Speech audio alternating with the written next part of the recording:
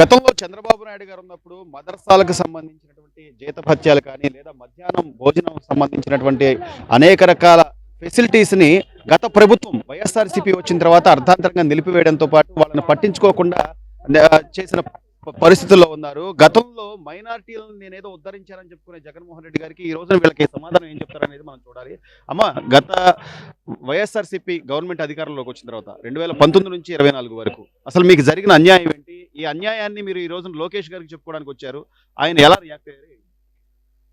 మాకు జరిగిన అన్యాయం మాకే కాదు, 5,000 పైబడి ఉన్న పిల్లలకి, పేద పిల్లలకి, ముస్లిం మైనార్టీ పేద పిల్లలకి జరిగింది. అది దాంట్లో తల్లిదండ్రులు లేని పిల్లలు ఉన్నారు, వికలాంగులు ఉన్నారు, వాళ్ళు చదువు చెప్పించుకోలేని పరిస్థితుల్లో ఉండే బిడ్డల్ని, పేద పిల్లల్ని మేము చేర్పించుకొని మేము చేస్తుంటే మాకు హెల్ప్ చేయకపోగా మాకు 5 years ఫండ్స్ వచ్చినా కానీ వాళ్ళకి ఆర్డర్ కాపీస్ వచ్చాయి, ఇవ్వమంటే ఫైనాన్షియల్లో ఉంది, జగన్ గారు సైన్ పెడితే వస్తాయి మాకు, మీకు salaries maybe next month release అవుతుంది అని చెప్పారు.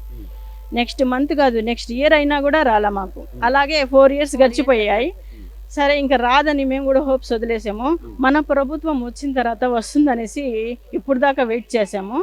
ఈ మధ్య లాస్ట్ మంత్ వచ్చి పేపర్లో చంద్రబాబు సారు మాకు అనౌన్స్మెంట్ ఇచ్చారు, మదర్సాలకి 30,000 ఇస్తాము, శాలరీస్ రిలీజ్ చేస్తాము, అన్ని ఇస్తాము అన్నారు. మైనారిటీ అనేప్పటికీ ఎస్పెషల్లీ చాలా మంది పేద పిల్లలు ఉంటారు ఆ మదర్సాల్లో. అందులో పిల్లల్ని అక్కడ చేర్పించి వాళ్ళు మళ్ళీ రోజువారీ పనులు కానీ లేకపోతే వాళ్ళ ఉద్యోగాలు కానీ వెళ్ళిపోతుంటారు తల్లిదండ్రులు.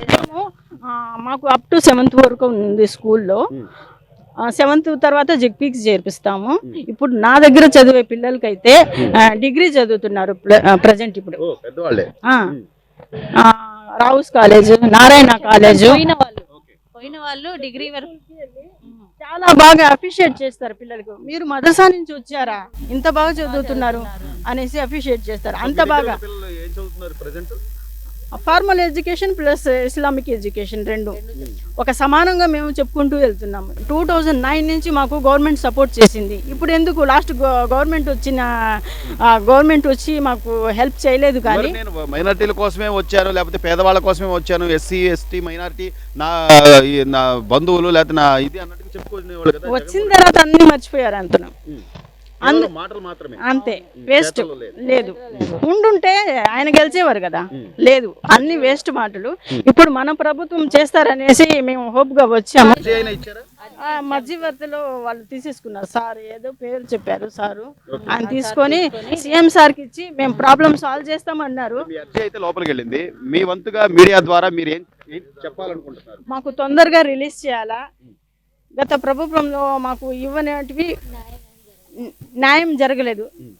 తనకి సార్కి మనస్ఫూర్తిగా మీరేం చేయగలరో చేసి ఈ సంవత్సరానికి బకాయిలు ఏమున్నాయో చూసి మాకు హెల్ప్ చేసి తొందరగా రిలీజ్ చేస్తే బాగుంటుంది. 2025 కొత్త సంవత్సరంలో కొత్తగా మా జీవితాల్లో వెలుగులు నింపాలా, పిల్లలకి మంచి భవిష్యత్తుని ఇవ్వాలని నేను కోరుకుంటున్నాను. ఇది కూడా అదే సార్, పిల్లలకి మిడ్ డే మీల్ వస్తుంది, శాలరీస్ రిలీజ్ చేస్తే వాళ్ళకి చదివి చెప్పడానికి మాకు కొంచెం ప్రోత్సహించుకుంటా.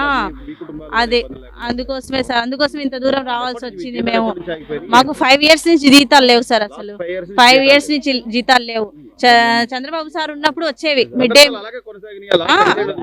అట్లాగే కొనసాగాయి సార్. మా చేతి డబ్బులు పెట్టుకొని మేము టీచర్స్ కి శాలరీస్ ఇస్తూ మేము అప్పుల పాలైపోయాము. ఇప్పుడు అప్పులు పాలయ్యాయి సార్. మనమే చేస్తాం సార్. మన ఫారూక్ సార్ కూడా మాట్లాడారు సార్ మినిస్టర్ గారికి. మినిస్టర్ గారు మాట్లాడితే ఆయన కూడా చేస్తానని చెప్పారు సార్.